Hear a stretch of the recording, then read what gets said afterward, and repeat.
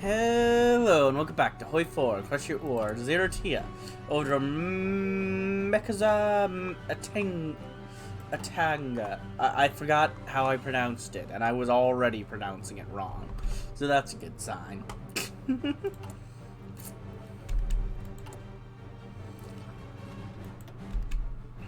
Let's send out some more merchants. The Amacy is the thread that binds the desperate tribes of Imazib together. Whether warlock or mercantile, setter or nomadic, progressive or traditional, all Imazib acknowledge it. Every Zebird's a Quillid. When you meet with Mekiouzza Ataghan, be careful, while Wasif Talit warned the young colt by his side. She is a dangerous mare, maybe even the most dangerous mare you will meet. I've heard the stories of her, but all they say is that she fights our enemies and not our allies. Aren't we sworn to aid her? Would she be a threat to us? The young colt was strong and would make a great warrior one day, but he was still ignorant of the games of chieftains and Iloquids. A greater threat than most Zebras you will meet, but not in battle, Wasif smiled at the naive remark. She is a snake, coiling herself around you, and before you know it, her venom has made you content with being her clutches. For now, could you say no? I remember at one gathering where she met with Zagwa Armad.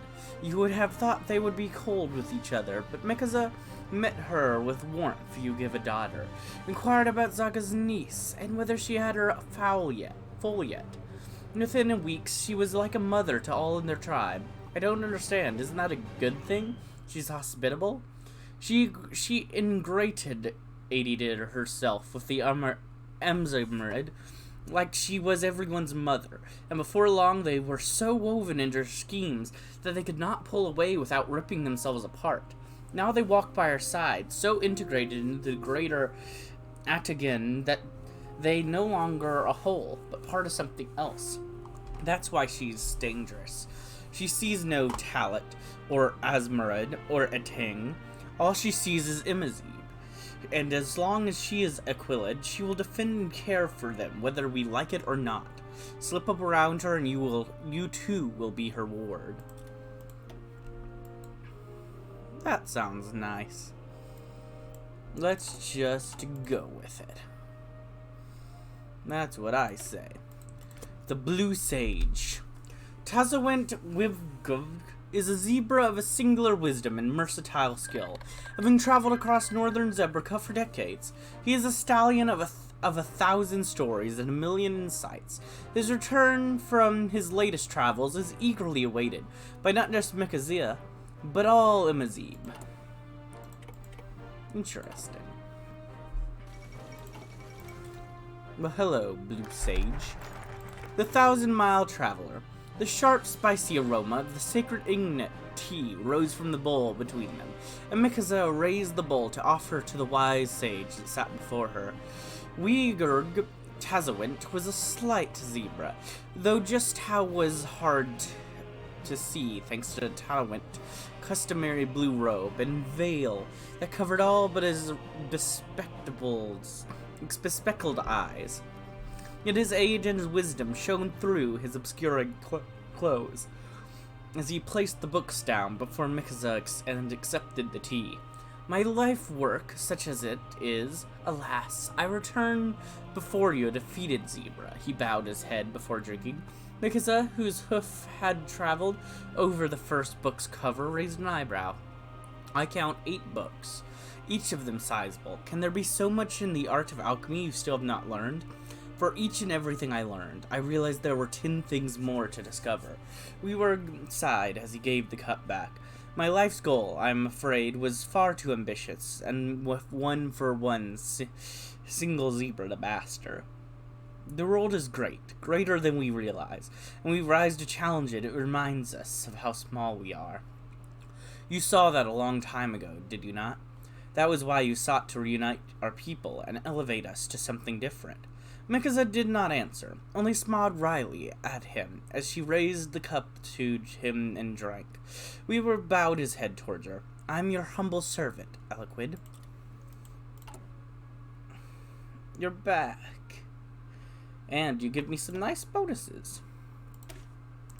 rising up once more. The Storm King caused untold suffering among the Imazib, yet they did what they always had and adapted. The greedy Yeti chose to go after the wealthier cities instead of chasing them up and down the dunes. Though the dead never can come back, the material damage wrought can be repaired. Yes, and it can and will be repaired. Okay, well, I'm gonna load and, we'll speed forward. Okay, don't trade with them because they're gonna continuously be bad. They're bad. No one trade with them. They suck. Mare Egypt, you suck. Should have given that territory to the cats in that one playthrough, huh, Mare Egypt, huh? Get wrecked. Yeah. Boom. Get destroyed.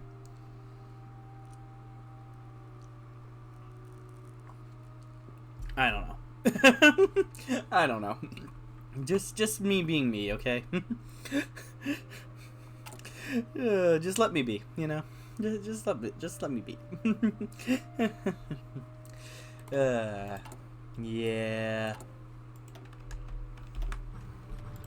I'm also gonna do that so I can go and do this immediately instead of waiting on like an extra day or so. Sure. We'll go with you. Why not?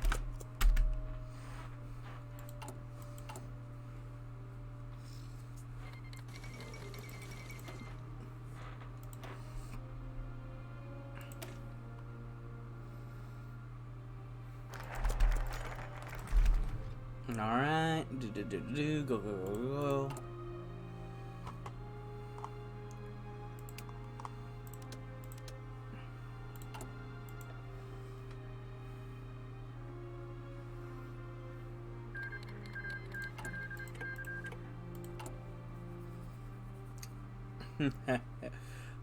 Slavery. Isn't that great that we have that? Yay. Woo. Aren't you all excited?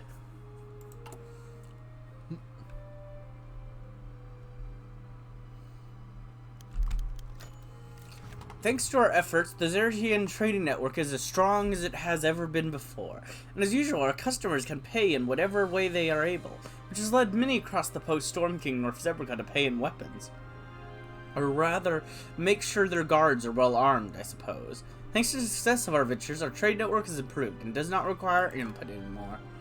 Woo! There we go. Good.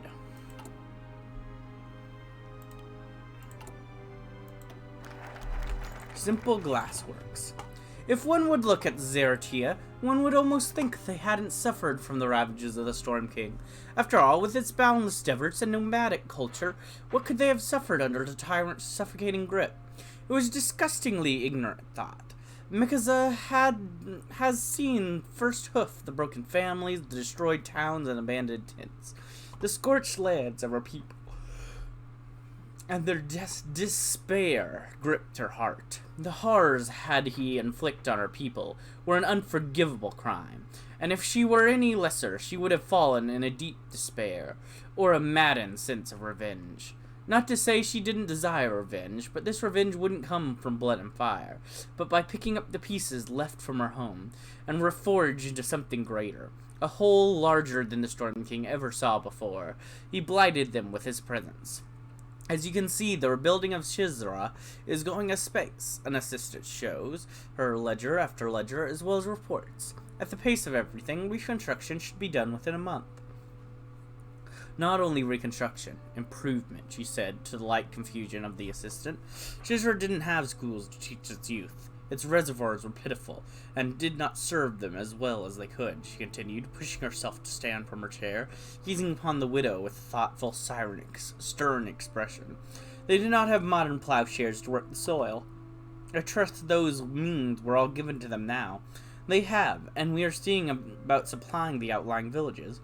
Good, thank you. You can leave now. And as the assistant bowed and departed, Mekiouzza allowed herself an honest smile, her true revenge against the Storm King realized day by day.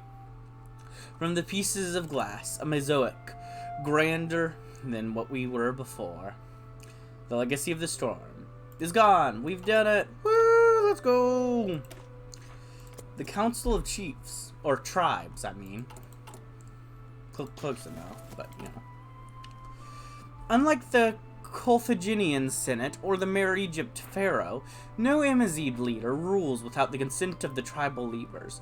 Mekiouzza has not forgotten this, and she has invited them all for a grand meeting to hear them and reaffirm their oaths to her. Alright, everyone, say your oaths. But we gotta get through this part.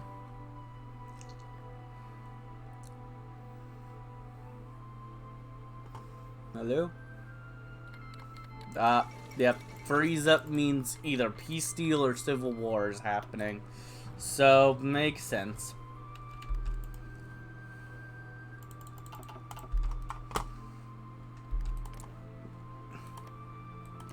Well, it does look like two civil wars are actually going up, as the Crystal Empire is having a civil war as well. So, and they went neutral. So, neutral, civil war. Huh. Pretty chaotic, it seems. And then, of course, there's going to be another civil war down there in just a moment, because that always happens. The Gathering Tribes will always happen if the big civil war happens. The lands around Agzet are teeming with activity, as zebras from all over are arriving to join the great meetings of tribes. Tens of thousands of zebras from hundreds of tribes are pouring into the city, each tribe a colorful parade of wealth and power. Yet the mood is not tense, but hopeful. Foals stand on the rooftops, raining down flower petals over the arriving tribes, as music and song fills the air, and as chieftains arrive at the Equestria castle, they are welcomed like kin by her. Food, drink, even the singular gift of a cup of Ingnet tea awaited them, with no expenses spared. Some came ready for arguments, straining against the Equestria overreach, but they found themselves embraced and led to a sumptuous feast before they could say much. Others, who had hoped to converse in private with the Equid to curry favor, were gently but firmly kept among their peers outside the castle. The tribe zebras who came with their chieftains are treated to feast as well. Every household and every family of the Ataghan have opened their homes and tents, and from the highest to lowest, all in Agzet host their kin tonight. The Eloquid of all Amazigh.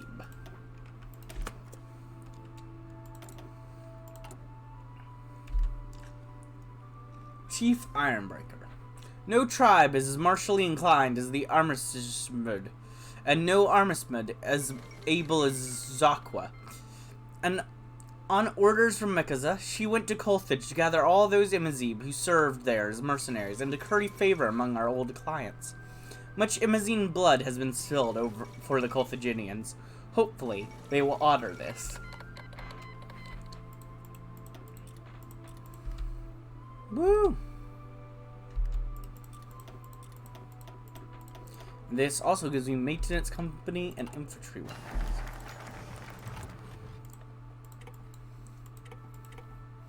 Alright, let's see. What do I want to get here?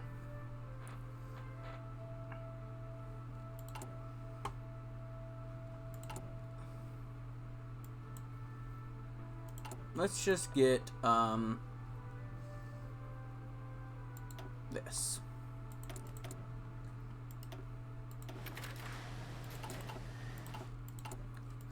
Return of the Ironbreaker. Zakwa remembered the day she left her home with a head full of thoughts, a rifle on her back, and a motley group of friends and warriors she could trust. Gazing upon the humble village she had called home before she headed towards unknown grounds.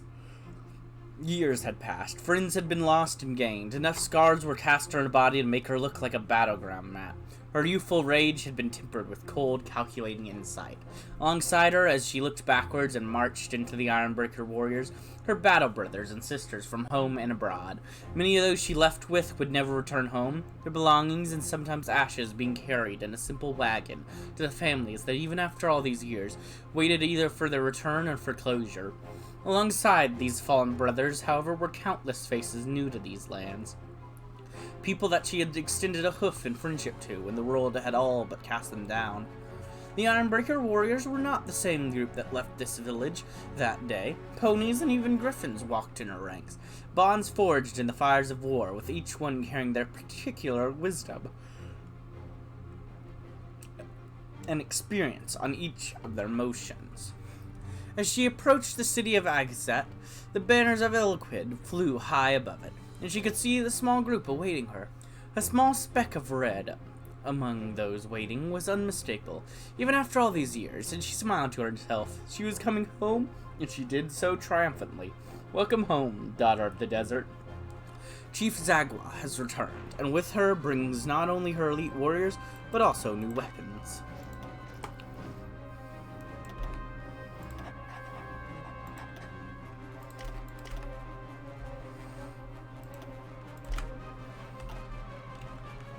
Nice.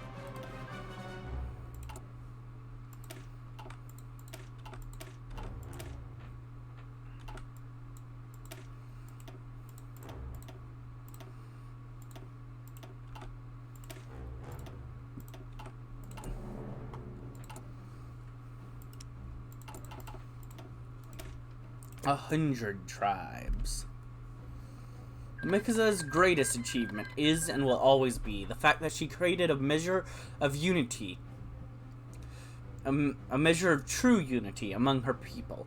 Even after recent events, this unity is weakened, but not broken, and it will be enough to ensure that when she is gone, her daughter is accepted by them.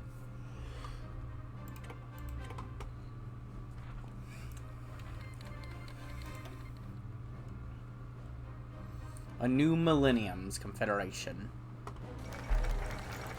Do you remember your oaths? The representatives of the tribes look at Mekiouzza, puzzled for a moment. Of course they remember their oath.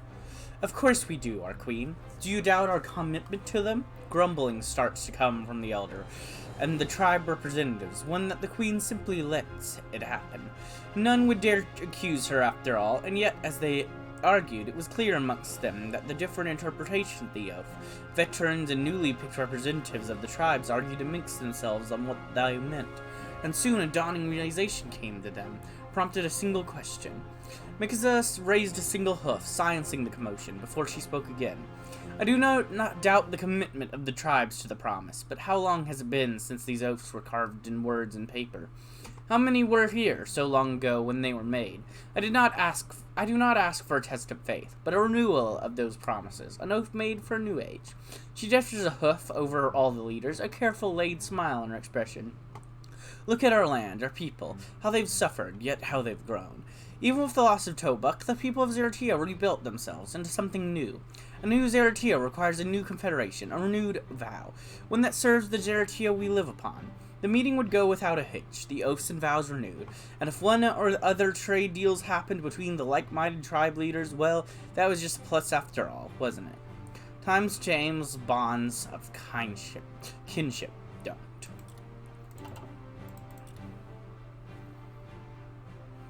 And we're fixing our confederation to a degree. A new year, new hope. The fall of Tobuk was Zarantia's darkest hour, but as always we weathered the storm, dusted ourselves off, and rose once more. We shall return to Tobuk once more, and we shall continue to build our future. Yep, and I'm sure they will let us come in easily, and it won't be any problem at all.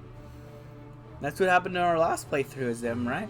Sure, there were some big hitches in that playthrough, but, you know, we got Tobuk, so, you know, I'm sure that'll happen again.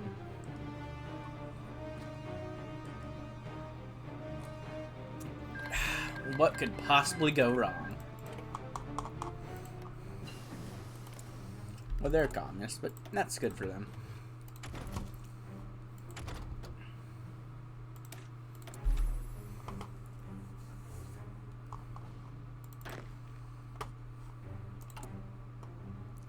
Do do do do do do do. Everything's gonna be alright. Everything's gonna be all good. Everything's gonna be so great. Nothing will go wrong.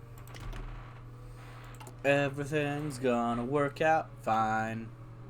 Everything's gonna be alright. Everything gonna be working out for me and you and me and you and you and you and you and you. Woo! The honorless rat. To the most revered Eliquid, Mekiouzza Ataghan, the Equestrian has departed the city, but it is clear that he has made no efforts to honor his agreement. His old associates have rushed to entrench themselves and block any attempts by your people to ensure the city's return to Zarantian control. They are lying in wait for you, and there is little the chaos for you to exploit in attempting to attack, lest you come with the full weight of your people. I fear they will thwart you as they have before. I asked you to show tolerance towards the Equestrian, and in doing so I have done my part in bringing about this state of affairs. I can only plead for your forgiveness for this. I remain in Tobak to send you what information I can. Your humble servant. Mains Armsden. Cheats and liars. All of them. Well, that didn't go great. I don't know about none. They kind of look like they're kind of unstable, but meh. Oh well, I'm sure it's fine.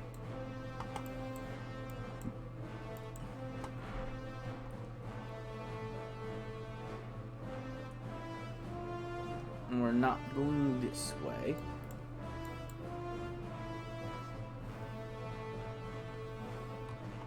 You could probably use some military factories.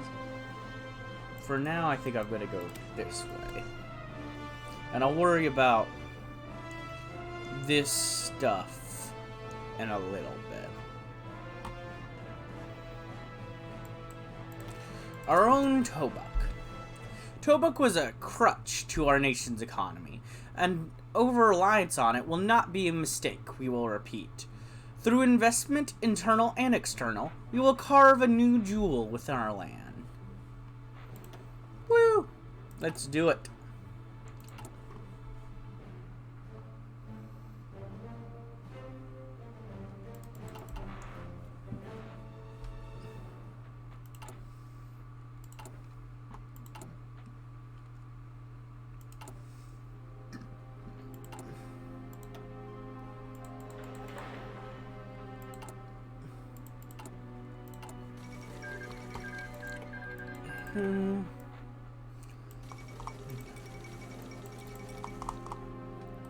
Yeah, so they've gone completely on their own. They've been overthrown. They've got the king still over here. Crystal Empire has fallen to the Shadow King. Jet Set is still in control over here, though. Oh, looks like the king's still in power, but he's fighting off some revolutionaries. Equestria and the Lunar Empire are fighting amongst each other. You've of course got the Civil War down here going on. The Desert Jewel. You see all this, daughter of mine? Umalez raised her brow and looked out across the capital of Egazet. The humble mud brick building, its dirt paths, its crops growing alongside the riverbed. A humble fair city that one wouldn't think was properly the most settled city of Zarantia. The head of their government, ever since Peashooter and his ilk stole Tobak from them. Yes, mother, I see our capital every day, she responded fairly dryly and casually, leaning her head back as she dodged a half-hearted attempt from her mother to clobber her in the head. Your sarcasm notwithstanding, what you're seeing right now is an uncut diamond, a potential to be something greater than even Tobak, if one would only polish it and make it shine brighter. Greater than Tobak? You surely don't mean that. I don't make claims I can't back up, Umalez. One of my biggest mistakes was thinking that Tobak could have held our weight to the world by itself, that prosperity was to be found at those lush lands. No. The desert holds a treasure that the Imazib have neglected for far, far too long. She tapped her cane on the ground and looked at her daughter once again. Instead of the stern, harsh expression that she had seemed to permanently wear for the good part of a year, there was only a kind, soft expression as she spoke candidly from mother to daughter. I want you to look at this, and I'll promise you, the next time you cross this street, we'll be in a car. A car? Yeah, a car.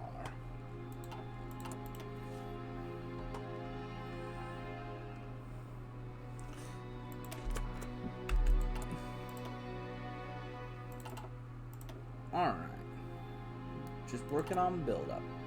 Carthaginian and married... First, gonna get you to go over there. Carthaginian and married Egyptian advisors.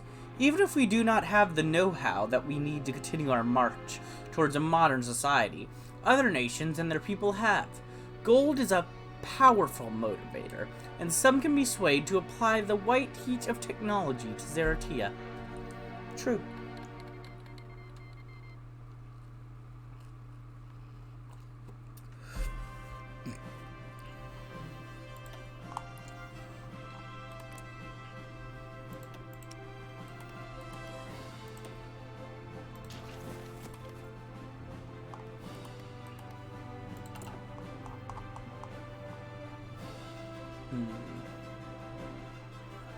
You're going through your Civil War thing. You guys are fighting each other, as always. You seem to be having a little trouble against the revolutionaries, but you'll handle it. We got the Knightly Order.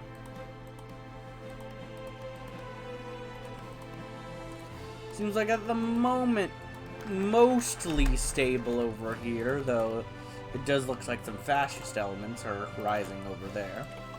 Guidance to prosperity. Momentum is what drives nations, but every push has to come from somewhere. With external capital, we can push our development akin to an uncontrollable boulder. But for that, it needs to be pushed. Aquila has sent her delegates and personal aides to the countries bordering us, and from all proposals, two have truly caught her eye. Carthage had been historically one of Zarantia's finest partners, having fought kin to kin in the long, bloodied history of North Zebrica. Their knowledge of metallurgy and its industrial tycoons could easily be the push your country needed. On the other hoof, Mary Egypt's trading history is downright millenary, and its development in recent years has been by leaps thanks to their investment towards the new technologies, a future that she desires to lead her nation herself. However, she can't play both sides. The mixed capital is mixed trouble.